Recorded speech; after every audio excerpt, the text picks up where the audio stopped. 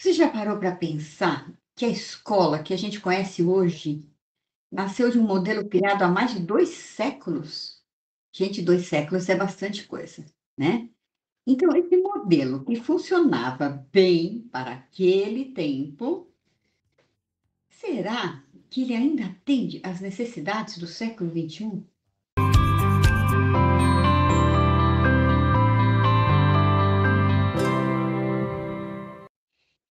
E tem um paradigma, o primeiro que nós vamos falar, que eu sempre coloco isso em aula para os meus alunos e que eu postulo realmente. Nós temos a seguinte situação: a arquitetura e aspecto, digamos assim, de escolas do século XIX, ou seja, aquela arquitetura do panóptico, dos conventos, das escolas que tinham todas as janelas voltadas para dentro, né? É, a mesma ideia que os shoppings pegaram para hoje em dia, não é? Você tem que ter atenção para dentro. Então, era meio que um aprisionamento e uma educação bancária, realmente. Só que isso não atende mais essas necessidades. Ou seja, nós temos a arquitetura do século XIX, professores do século XX, mesmo vocês que são novinhos, nasceram no século XX, com aprendentes do século XXI. Então, é uma dicotomia, mais ou menos, quase que difícil da gente fazer isto encaixar. Pense nisso, não é?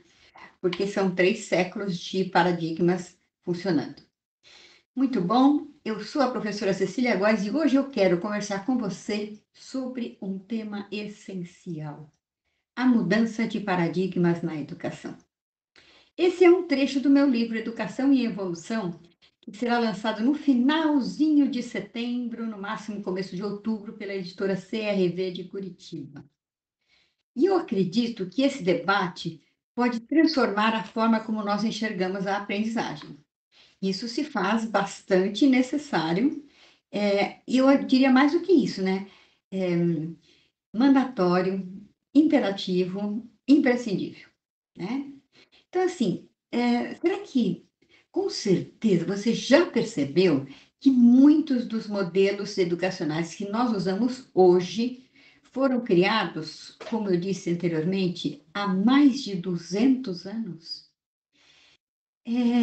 Eles não dão conta dos desafios que nós estamos vivendo agora no século XXI. Certamente, o preparo que eu recebi há 20 anos atrás, ele não me traz subsídios, muito menos capacitação para lidar com as coisas que nós vivemos hoje. Então, isso significa dizer não que nós paramos naquele momento, só que há muitos paradigmas a serem vencidos pelo fato de que vivemos um momento em que nós dividimos aquilo que a gente chamava de ensinamento, a escola, digamos assim, dos dias de hoje, com um modelito que a gente utilizava há tanto tempo atrás, não é?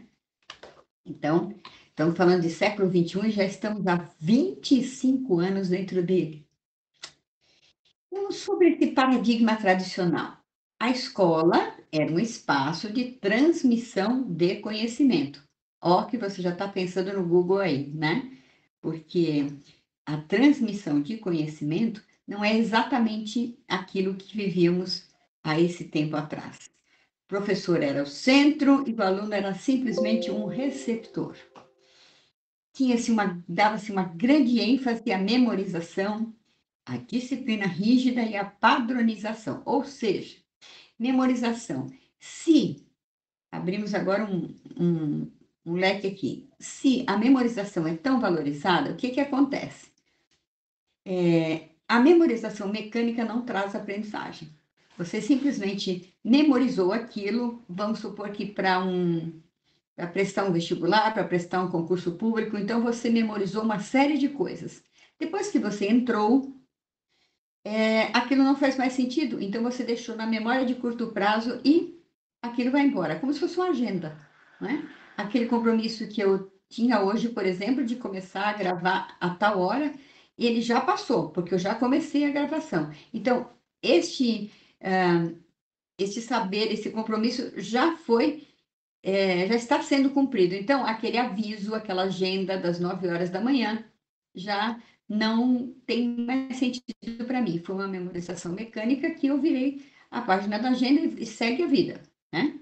Então, a ênfase na memorização. Segundo, na disciplina. Disciplina, eu digo assim, honestamente, o que eu acho pela minha vivência de tantos anos dentro de sala de aula, que são 42 e tantos, por aí. Disciplina, eu penso que seja uma coisa de quartel, não é uma coisa de escola. Na escola, a gente tem que ter significação, interesse, uma entrega realmente que desperte, que faça com que os olhos do aprendente fiquem brilhando de interesse e com aquela carinha de quero mais, e não com a carinha de não aguento mais. Percebe?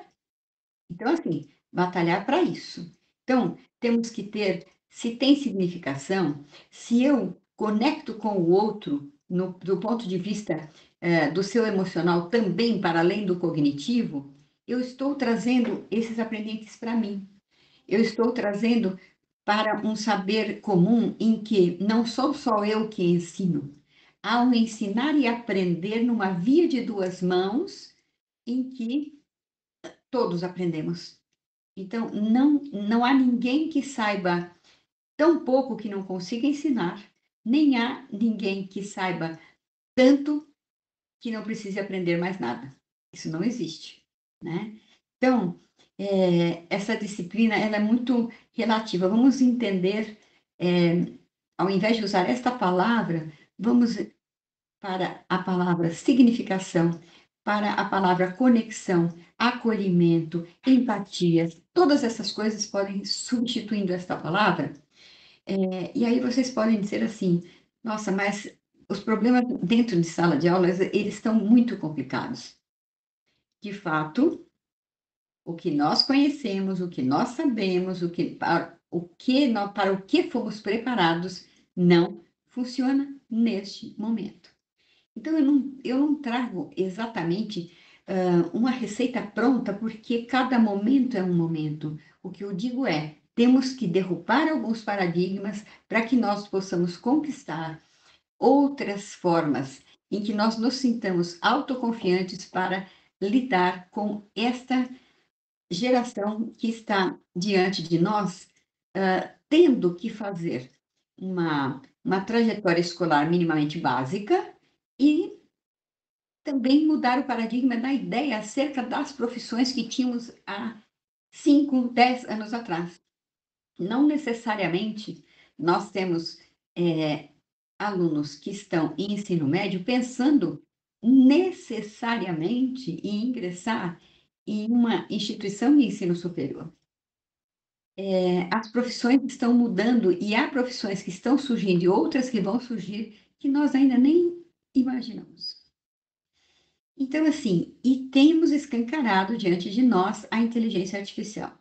Então, assim, eu não vou entrar no mérito da inteligência artificial hoje, mas a gente tem, ao longo da história, aquela influência da Revolução Industrial que nos trouxe, digamos assim, relegado aquele pessoal que fazia tudo à mão, não é? O material era artesanalmente confeccionado.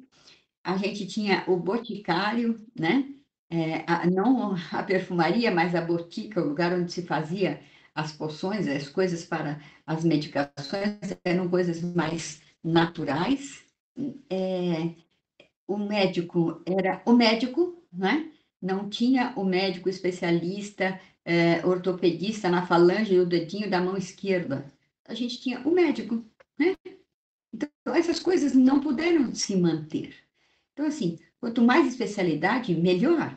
Mas, lembrando que, dentro das especialidades, mesmo nós, dentro das nossas profissões, não é? Temos essas especialidades.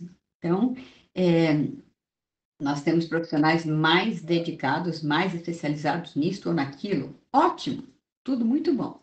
Só que, assim, após a Revolução Industrial, que desbancou aquilo que era artesanal, qual que é a a herança que a gente trouxe durante muito tempo desta revolução industrial.